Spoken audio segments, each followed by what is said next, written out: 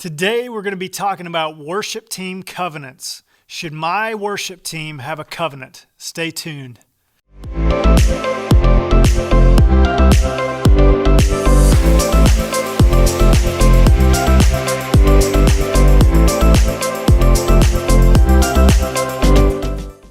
Hey, welcome to Worship Launch. My name is Zach Dietz, and today we've got a little bit different format. As you can tell, it's just me here. And so we're going to be talking about worship team covenants, and we'll go over my covenant that I've written up for our worship team. And also, we're going to answer the question, should every worship team have a covenant? And to start out, I just want to simply say that no, not every worship team should have a covenant. And what I mean by that is, if it's just you and your wife on your worship team, I think your marriage would suffice for your worship team covenant. But as your team grows, I think a worship team covenant is something to consider. And so I've been here at Evergreen Church in Tulsa for almost 7 years. And so about 2 years ago, I was praying through whether or not I should do a worship team covenant. And man, I wrestled with that issue. I prayed about it. I sought wisdom from some other worship team members. And there was a guy on our team, an older gentleman, who told me, he said, Zach, your worship team will step up to the standard of the bar that you raise for this worship team, or they'll fall away. And that really struck me. I don't think every worship team needs a covenant, but as our worship team began to grow, and over this past year, man, our worship team has started just growing like crazy.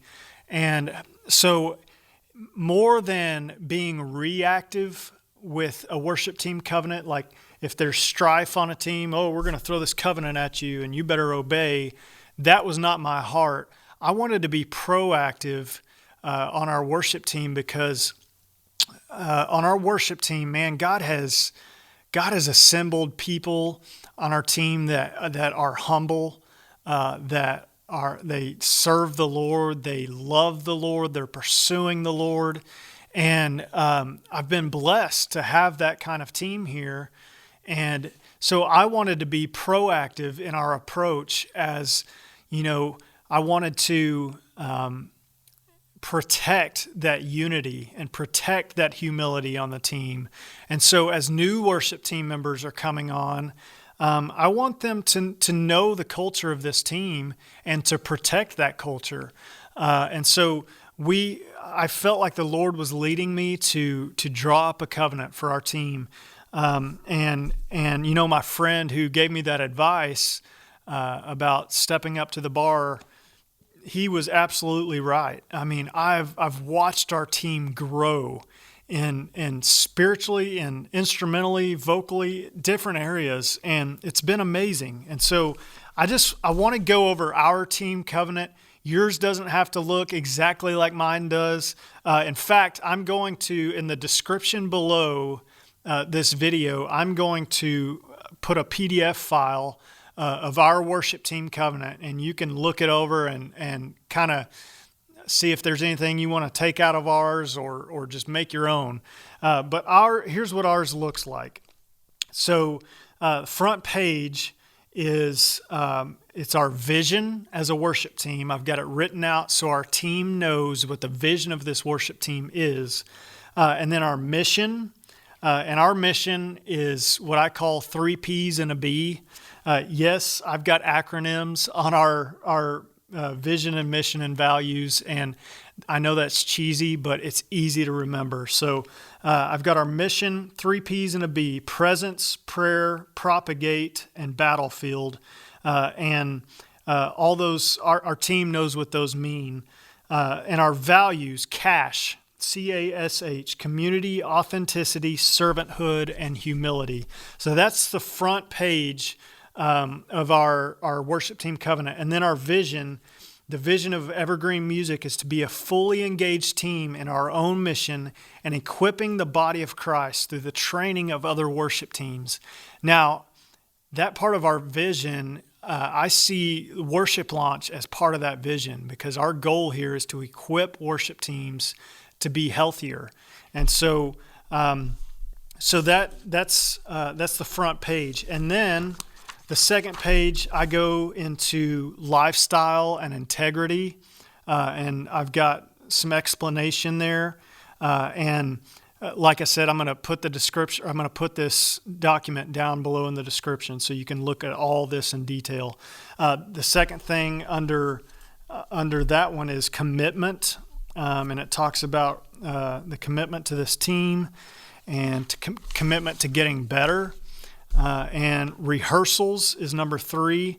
I've required that our team attends rehearsals, and if they don't, there's no hard feelings, but they don't get to serve on Sunday, and there's lots of reasons I came to that conclusion. So, but that's made known in here. And then schedule conflicts, etc. If at any time I can't attend a service rehearsal that I've committed to accepted to in Planning Center, I'll do my best to find my own replacement and notify the worship pastor in advance, if at all possible, so that proper adjustments can be made. So that puts the responsibility in their court to make sure they've got somebody to cover for them. And then I've got a section for new worship team members. I went over this with our older worship team members and they signed, but for new worship team members, I've got a specific section in here for them. And then number 6 is expression in worship. And I list, not all, but I list a lot of biblical mandates in Scripture for what expression in worship looks like, with singing, shouting, clapping, lifting hands, dancing, and bowing. And then I go kind of into detail about that. And then lastly, this is huge for our team. In the covenant, I say open communication is of vital importance. And I'm going to go through this part with you because there are some things that I think are really important in here.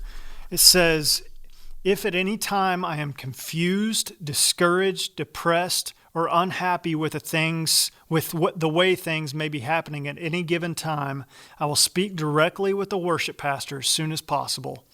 I know the only way to deal with hurt feelings, resentment, confusion, etc., is to bring it out in the open so that the Lord can help us work through it.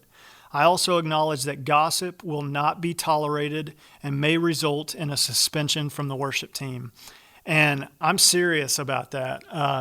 I've been very upfront with our team about how gossip will not be tolerated. But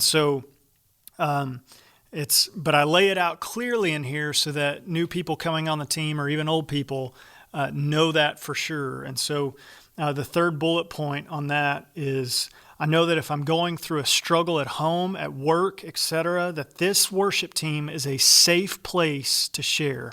This is what the church is for, and I will commit to being open with all of my teammates and worship pastor to allow them to pray for me and walk alongside me through my struggle.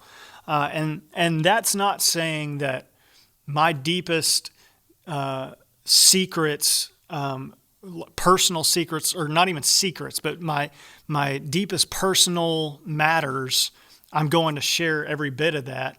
But I think there is a place for, being open with your team and your worship pastor. Say, hey, I'm going through some stuff right now. Can you please, as a team, as a worship pastor, pray for me, be in prayer with me? Or if you feel comfortable with sharing, then that's okay. And so I want our team to know that this is a safe place and that we're not going to go and gossip behind their back or whatever. And then there's a section at the bottom that they sign, and just saying that they understand everything in this covenant. And at the bottom, I wrote in, please explain why you feel you should be a part of this ministry. And that's actually a big part of this covenant, because I want to know what their hearts for worship are and what kind of team members they're going to be. And so that's our covenant in a nutshell. And man, I would just encourage you, if you've got a strong team that has a humble attitude and is dedicated to the team, I would challenge that kind of team to go ahead and make a covenant. Now, if you are a team and man, there is divisiveness on the team, there is whatever going on the team, and that's what you came into, what I would do, instead of making a covenant and making everybody sign it and kind of, being an authoritative figure over those people and just saying, we're going to change this or else, I would go into that situation and take it a little bit slower and meet with people one-on-one on your team, get to know them, love them, regardless of their flaws, because you have flaws too. So have grace going into that situation, and man, little by little, see if you can't work out some of that stuff and get it taken care of and squash old feuds that may be there. And I would say before you make a covenant, man, get some of that stuff taken care of and then consider making a covenant, because I think if you go into this too quickly, people are going to maybe take that the wrong way, of that you're coming in here trying to change things and all this kind of stuff. So I would just encourage you to take it slow, and maybe give this some consideration as you go down the road. And some of maybe the harder stuff has been worked out on your team. But man, I will say that this has been huge for our team. I love it. And I really have. I've seen tremendous growth in our team, and I even signed this thing because I'm not held to I'm not going to do anything that I ask my team to do. So I have signed this as well, and I've asked my team members to keep me accountable, and if they see anything in me that goes against this covenant, to call me out on it. And so I think make that clear to your team if you're going to do this, that you were signing this too. And so anyway, man, that is it for today. I've had several people, because I've mentioned our covenant in several different videos, and I've had several people reach out and say, hey, could you go over your covenant and show us what it looks like? So it's pretty basic, but there is some more detail in here that you can look through at your own time. And so and what I will do is I may even add the Word document so that you can open it and then change whatever you want. And so if I can figure out how to do that, I'll add that too. So, but thanks for joining today. I know this video was shorter than normal. I just wanted to give a quick synopsis of what our covenant looks like and give you guys the opportunity to take a look at it as well. So thanks for joining this week. We'll see you next week. I'm excited about next week's video.